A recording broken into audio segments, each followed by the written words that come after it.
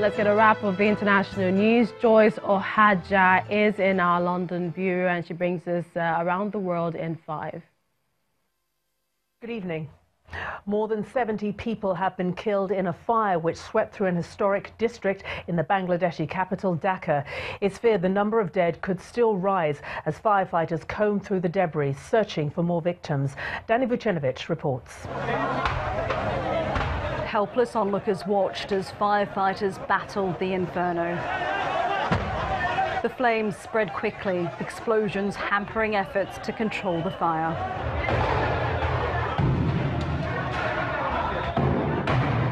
It started in a chemical warehouse on the ground floor, then raced through tightly knit buildings in the old town as residents slept. There was no time to escape. The speed and intensity caught everyone off guard. People were trapped in their homes and their cars. Pedestrians killed on the street as flames rained down on them. Firefighters battled the extreme heat for more than 5 hours, gas and flammable material fueling the blaze. At hospitals, relatives waited for news of their loved ones. As well as the dead, dozens of others were injured, some critically. Many couldn't contain their grief as the worst was confirmed.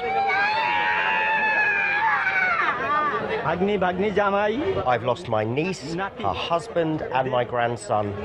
I'm waiting with the coffins for their bodies. When we get the bodies, then we will take the bodies for burial.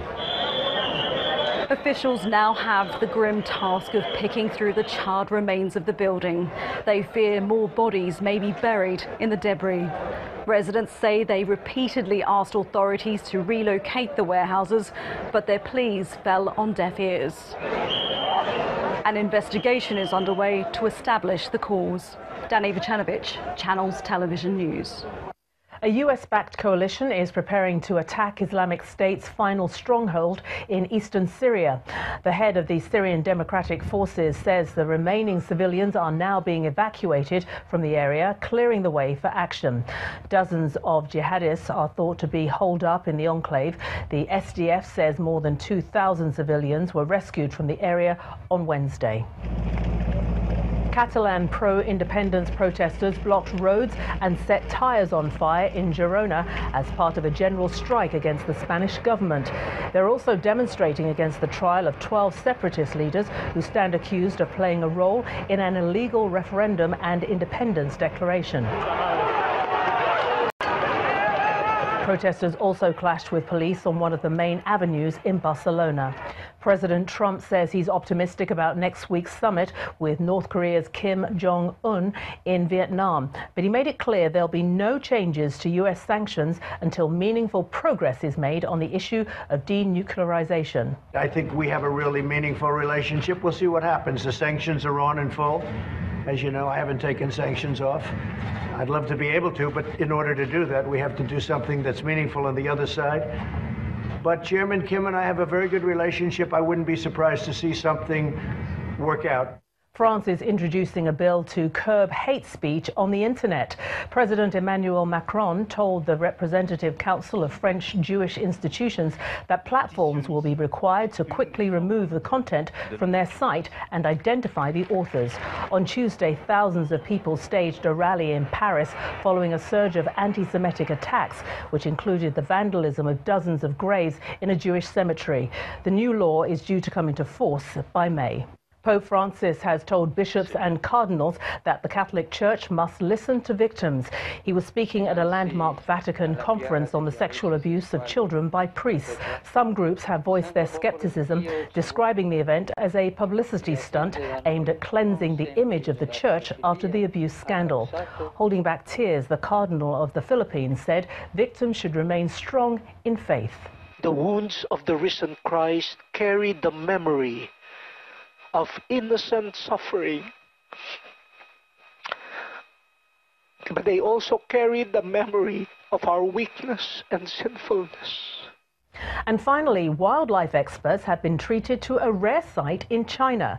3 lynxes were caught on camera at a national wetland park in the northeast of the country. Usually solitary animals, they're a second-class state-protected species. They appear to be healthy, which suggests they live in a sound environment with sufficient food. And that's your international news around the world in 5. Thank you, Joyce. And the news isn't complete without some sports news. Here's Olumide Macaulay.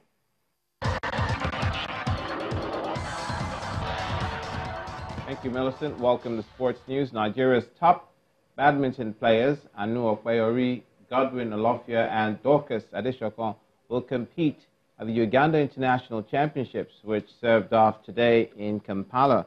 The Nigerian players will be hoping to have a share of the $10,000 prize money of the tournament that has been labeled an international series by the Badminton World Federation. And finally, Liverpool's manager, Jurgen Klopp, has been fined £45,000 after accepting a Football Association charge for comments he made about a referee called Kevin Friend earlier this month. Klopp said Friend's performance during the 1-1 draw with West Ham was affected by the decision to allow Liverpool's goal. That's it on Sports News. Millicent, back to you.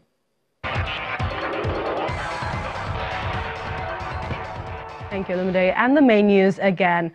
The Court of Appeal in Abuja today overturned the judgment of the Federal High Court excluding the All Progressives Congress from fielding candidates in the general elections in Zamfara State. That's the news at 10 tonight. Many thanks for watching. I'm Millicent Walker. Have a good night.